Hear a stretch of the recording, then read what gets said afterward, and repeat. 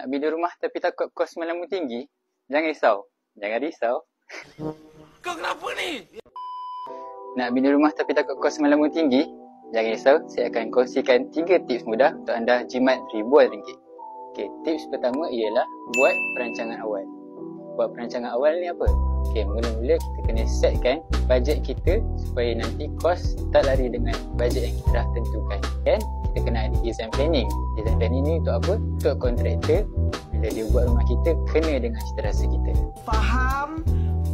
Yang kedua ialah pemilihan bahan yang berkualiti dan berpatutan. Macam yang kita semua tahu, tak semua barang yang mahal itu berkualiti dan tak semua barang yang murah itu tidak berkualiti.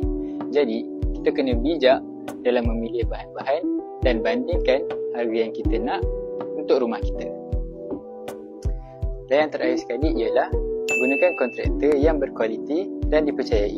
Untuk mendapatkan hasil rumah yang terbaik, kita perlulah orang yang pakar dalam bidang pembinaan supaya tiada unsur-unsur curi tulang dalam menghasilkan rumah yang kita idamkan. Jangan lupa follow, like dan share akaun kami di TikTok dan YouTube.